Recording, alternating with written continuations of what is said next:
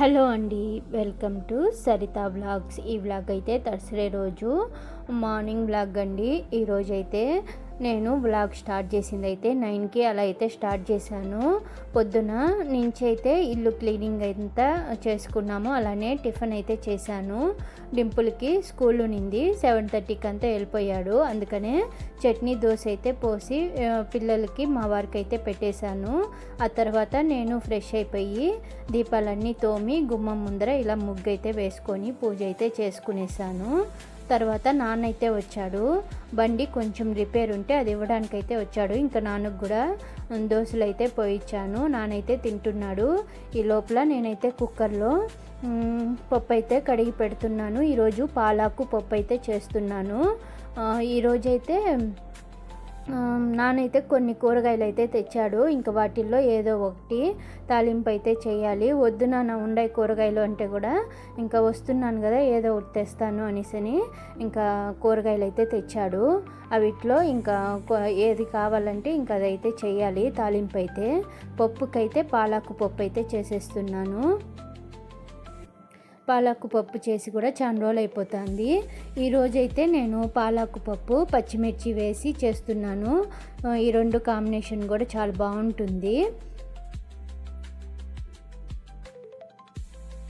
పాలాకు అయితే నీట్గా కడిగేసి పప్పులోకి అయితే వేసేసాను. ఆల్రెడీ పప్పు కూడా 2 సార్లు కడిగి తగినన్ని నీళ్ళు అయితే పోసి పెట్టేశాను. అందులోనే కూరాకు వేసాను. నెక్స్ట్ పసుపు పొడి కూడా 1/2 స్పూన్ వేసాను. పచ్చిమిర్చి అయితే ఒక 10 దాకా తీసుకొని, ఇంకా నేనేమి కారం వేయను. ఈ పచ్చిమిర్చి ఫ్లేవర్తోనే పప్పు అయితే చేసేస్తున్నాను. పాలాకు పప్పు అయితే పచ్చిమిర్చిని అయితే ఇలా కట్ చేసి అయితే వేస్తున్నాను. అలానే 2 టమోటాలు కూడా కట్ చేసి వేసాను.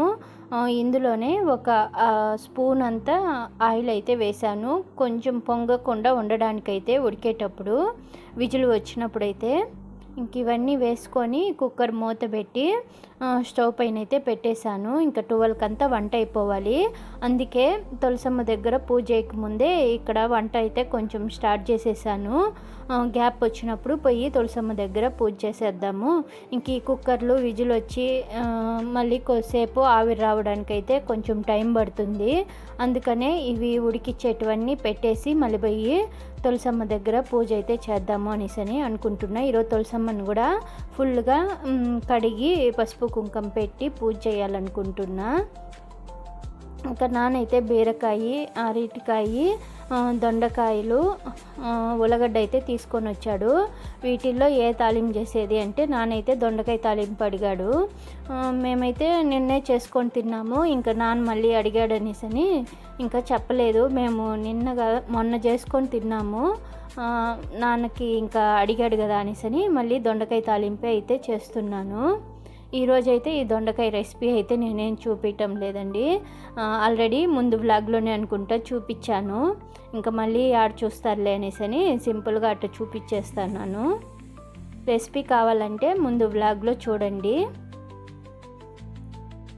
ఇది పప్పు కాంబినేషన్లోనే బాగుంటుందండి. దొండకాయ తాలింపు కానీ అరటికాయ తాలింపు కానీ పప్పు చేసినప్పుడు సైడ్ డిష్గా అయితే చాలా బాగుంటుంది. దొండకాయ కానీ అరటికాయ కూడా బాగుంటుంది పప్పుతో.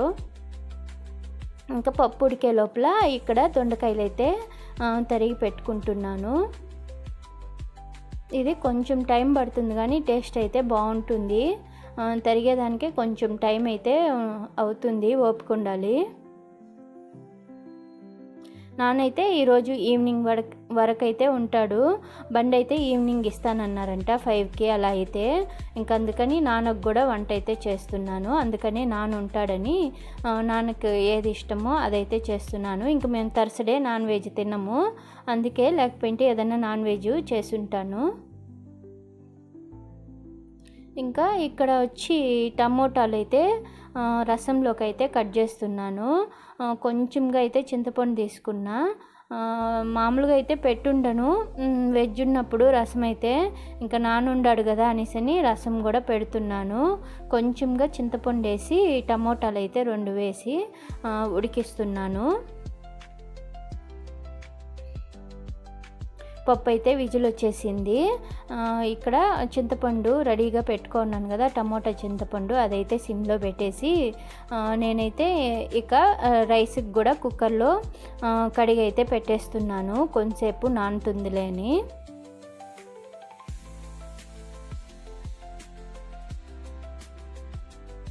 మేమైతే మధ్యాహ్నం పూటే రైస్ అయితే తినేది. ఈవినింగ్ టైంలో అయితే టిఫిన్లో అండి, దోశ, ఇడ్లీనో, చపాతీనో ఇవే అయితే ఎక్కువగా ఉంటుంది. మధ్యాహ్నం ఒక పూటే మామూలుగా మేమైతే రైస్ తినేది. ఇంకా అది కడిగి పెట్టేసానా, ఇంకా విజిల్ వచ్చేకి ఆవిరి వచ్చేకి టైం ఉంది పప్పు అయితే. ఈ గ్యాప్లో నేను వచ్చి తులసమ్మనైతే ఇలా నీట్గా అయితే తుడిచి పసుపు కుంకుమ పెట్టి దీపం అయితే పెట్టేస్తున్నాను. ఈరోజైతే 10:30 అలా అయితే అయిపోయింది టైము. ఇంకేం చేసేది, వంట చేస్తూ అయితే చేయాలి. నాకైతే మధ్యాహ్నం డ్యూటీ అని ఉన్నిందంటే వంట అయితే వెంటనే చేసేవాల్సి వస్తుంది.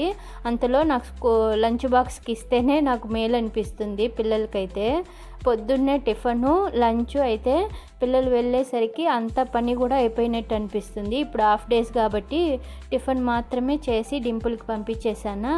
ఇంకా వెంటనే మళ్ళీ వంట అయితే స్టార్ట్ చేశాను, ఇంకా మా వారికి 12కి అంతా చేసేవాళ్ళని.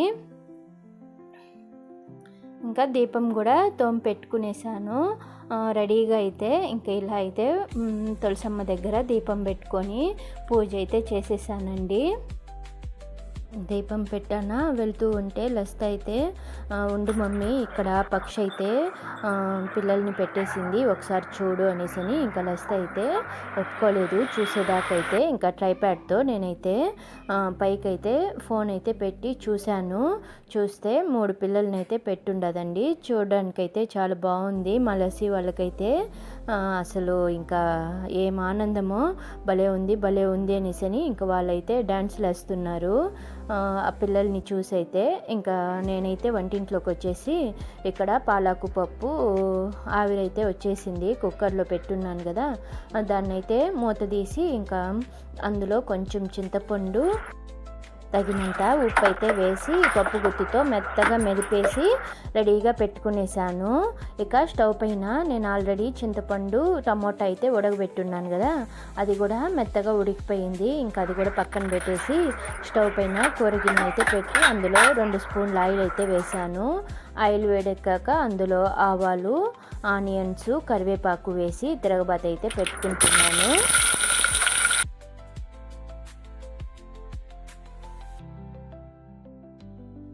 తిరుగుబాత అయితే పెట్టేస్తున్నాను. ఇది బాగా వేగాక ముందుగా మెదుపుకున్న పాలాకు పప్పు అయితే వేసేస్తున్నాను. ఈరోజైతే అసలు పాలాకు పప్పు అయితే చాలా సూపర్గా వచ్చిందండి. పిల్లలైతే భలే టేస్టీగా ఉంది మమ్మీ, అసలు ఎంత కమ్మగా ఉందో పప్పు అనేసి చాలా ఇష్టంగా అయితే తిన్నారు. దొండకాయ ఫ్రై చేశాను కదా, ఈ 2 కాంబినేషన్లో చాలా బాగుండిందంట. పిల్లలైతే నెయ్యి వేసుకొని పప్పులో చాలా ఇష్టంగా అయితే తిన్నారు. నాకు ఇలా పిల్లలు బాగుంది మమ్మీ, బాగా చేసావు అంటూ తిన్నారంటే అసలు ఎంత హ్యాపీనో నాకైతే. ఇలా మధ్యలో అయితే కలుపుతూ పప్పునైతే ఉడికిస్తున్నాను. ఇది ఇంకొంచెం ఉడకాలి. ఈ లోపల నేనైతే కుక్కర్లోకి అయితే దొండకాయ అయితే వేసేస్తున్నాను.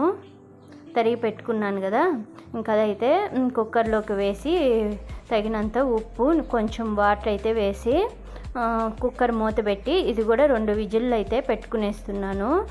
గబాన్ అయిపోతుంది కుక్కర్లో పెట్టుకునేస్తే.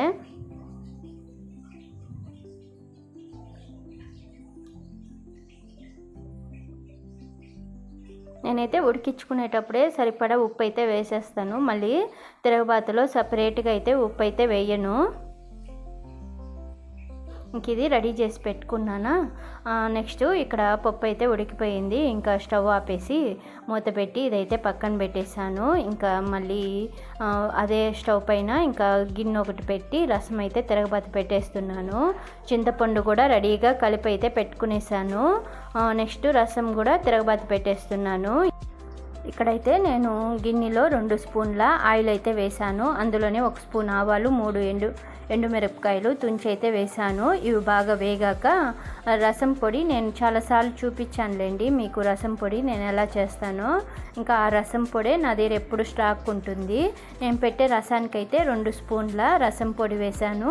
1/2 స్పూన్ పసుపు, కొంచెం ఇంగువ, తెల్లగడ్డపాయలు ఒక 5 దాకా దంచి వేశాను. ఇదంతా బాగా వేగాక కొత్తిమీర, కరివేపాకు కూడా వేసి కొంచెం బాగా ఫ్రై చేసుకున్నాక కలిపి పెట్టుకున్న టమోటా చింతపండు రసాన్ని అయితే ఇందులోకి అయితే వేసుకునేవాలి. ఇలా వేసుకున్నాక సరిపడా ఉప్పు కూడా వేసుకోవాలి. నేనైతే ఉడికించేటప్పుడు ఏమీ ఉప్పు వేయలేదు, అందుకే ఒకేసారి ఇప్పుడు తిరగబతి పెట్టాకే వేసేస్తున్నాను ఉప్పు అయితే. ఉప్పు వేసాక మొత్తం ఒకసారి అయితే కలిపేసి హై ఫ్లేమ్లో అయితే ఈ రసము కాగే వరకు అయితే పెట్టుకుంటున్నాను. ఇప్పుడైతే రసాన్ని అయితే మధ్య స్టవ్లోకి అయితే పెట్టేశాను. కొంచెం లేట్ అయినా పర్లేదులే అని ఇంకా పెద్ద స్టవ్ పైన దొండకాయ పెట్టాను. ఇంకా రసము అలానే ఇటు సైడ్ కల్లా రైస్ అయితే పెట్టేశాను. ఇంకా టైం అయితే అయిపోతుంది, 11 అయిపోయింది టైం అయితే. అందుకనే 3 స్టవ్ల పైన 3 అయితే పెట్టేశాను. ఇక లస్త అయితే చదువుకుంటా ఉంది. ఇంకా నాన్న ఖాళీగా కూర్చో ఉన్నాడు. ఇంకా అందుకనే వాళ్ళకి స్నాక్స్ లాగా కర్బూజా ఉంటే ఇంకా అదైతే కట్ చేసి ఇస్తున్నాను. నేనైతే కర్బూజకాయ నీట్గా కట్ చేసేసాను. తోలంతా తీసి కప్పుల్లోకి అయితే కట్ చేసి అయితే ఇచ్చేసాను. ఇంకా లస్తా చదువుకుంటూ తింటుంది కదా, ఇంకా 4 కేసి ఇచ్చేవచ్చు నీట్గా కట్ చేసి ఇచ్చేస్తే.